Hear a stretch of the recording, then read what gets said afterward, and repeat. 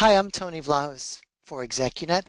Forget your dream job. A recent study by Lucy English shows dream companies hold the secret to workplace happiness.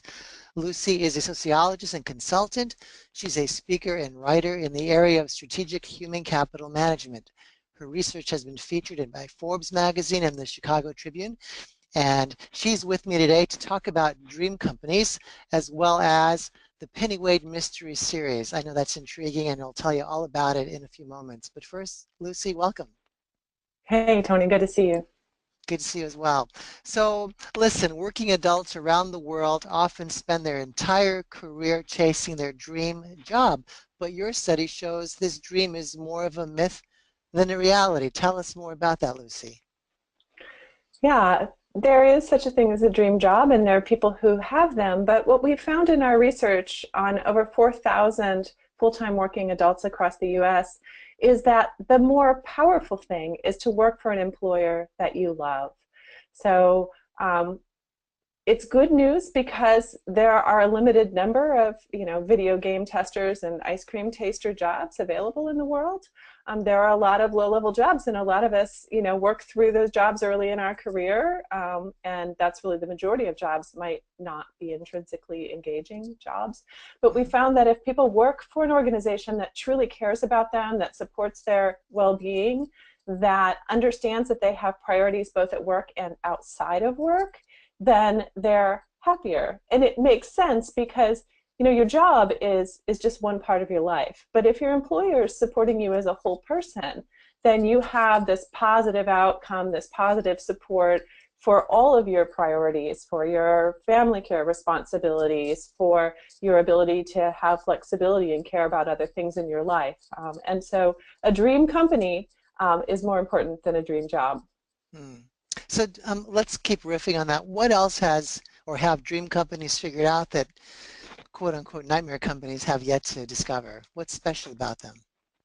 Well, they view people as whole people. So the top three characteristics, according to respondents who say they work for a dream company, the top three characteristics of a dream company is my organization truly cares about my well-being, and that's about understanding that people do have these priorities outside of work and thinking of people as whole people, not just as little production units coming to work.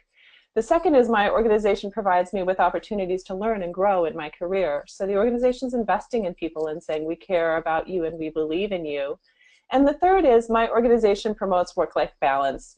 And that's about the policies and programs that the organization provides to help people to find the kind of balance they need. It's about flexible scheduling where possible. It's about child care. It's about emergency backup care for children and adults. It's about tuition reimbursement so that you can further your education and understanding that you need time to further your education. It's also about having good managers that know how to communicate these programs and be supportive of people using them. And it sounds like doing these things creates a whole category of business benefits for the dream company, correct? Absolutely. Dream companies do better financially. They have a much higher intent to stay by their employees. They have higher levels of productivity, self-reported by respondents, higher levels of quality of work, and higher levels exponentially of creativity and innovation going on in those companies. Mhm. So if I work for a company that is not a dream company, is there something that I can do as a C-suite executive to help transform it into a dream company? Is that achievable? Yeah, absolutely. I would suggest that begin by taking a really comprehensive look at who your workforce is. Look at your portfolio of programs and policies and benefits for people, and see if you're kind of checking all the marks in terms of providing things to support people in all of their different life stages, from the new employee who might still be continuing their education to people with child care responsibilities, people with elder care responsibilities, people knowing that people continue their education throughout their careers, and that it's important to continue to support them there. But really looking and seeing, do we have the policies and programs in place that honor people as whole people throughout their life cycle? Mhm. Now, if I'm an executive who does not work for a dream company, but I'd really like to, so I'm looking around, I'm thinking of changing jobs. How do I get an in at a dream company? What advice would you have for executives who are thinking about moving into them but don't know how to begin? Well, as you know, one of the good measures is the great place to work types of designations. So folks that make the Working Mother Top 100 or the Fortune Top 100 employers, or even regional great employers. But that's not the end all. There are a lot of organizations that don't even apply for those. It takes quite a bit of resource and time to apply for those designations. And so word of mouth about what type of employer somebody is the starting point. Once somebody is in an employer, visiting, interviewing, learning about that, just keeping eyes and ears open for some of the more subtle things. Sometimes it feels like gut, because we're the gut of how a company is. As a consultant, I've been in and out of so many organizations, and I try to sort of figure out what is it. I get this gut feeling really quickly, but I know it's based on real information. Things like, do people make eye contact with you, the stranger in the hallway when you're there?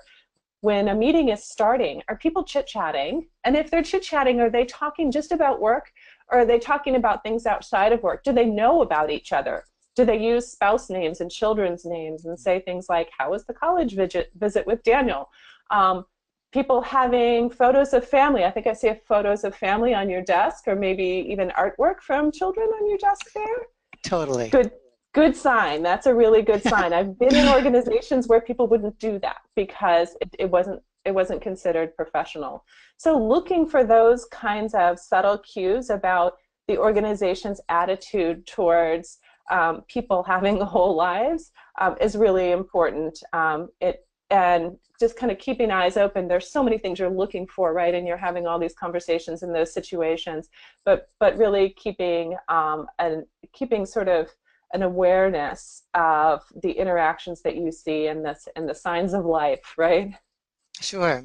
So let's talk about life, specifically your life, okay? So I know a little bit about you. You've written these Pennyweight mystery novels. Your new book is called Girl Ghosted. It was released in August of this past year, 2017. And so what I perceive is you're someone who's doing a whole lot of cool things, right? You're juggling a lot of things.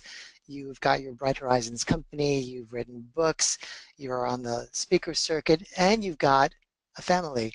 Tell me how you do it. Do you do it all at once? Have you found a magical way to balance the equation? How do you manage work life, Lucy English? Yeah, there's no magic happening here, I'm afraid.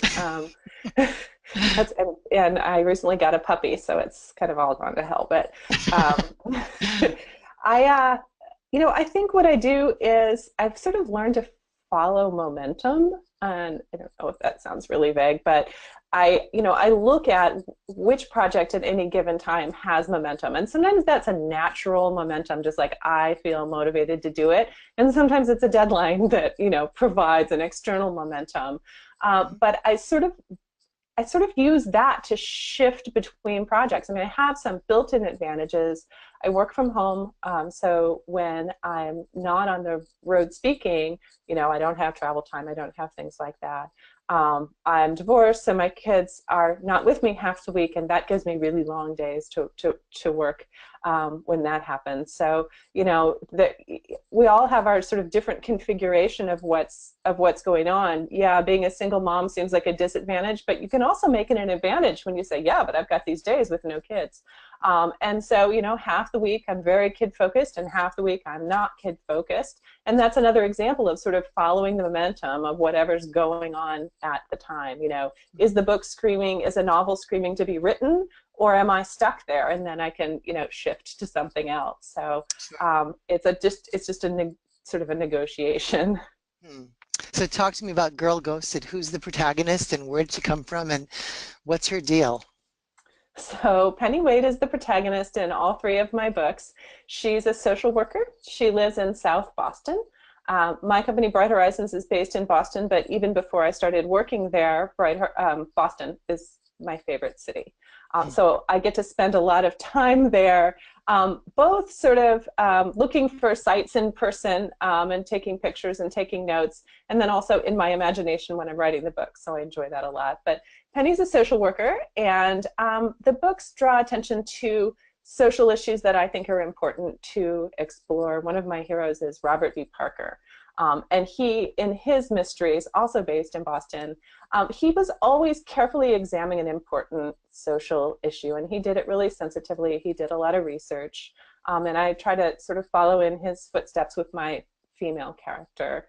She's a social worker because that's a way that a lot of crimes can sort of naturally come your way. So it's a good accidental sleuth type character. Sure. But also it's a recognition of, I have huge admiration for social workers. I think they're really under-recognized in our society. I think they're heroes and heroines, and they do something that I couldn't do. I don't do that sort of help people one by one and make the world a better place. Well, I'm a macro person. So to get to live inside of this heroine's skin and see what life is like from her perspective is really fun for me.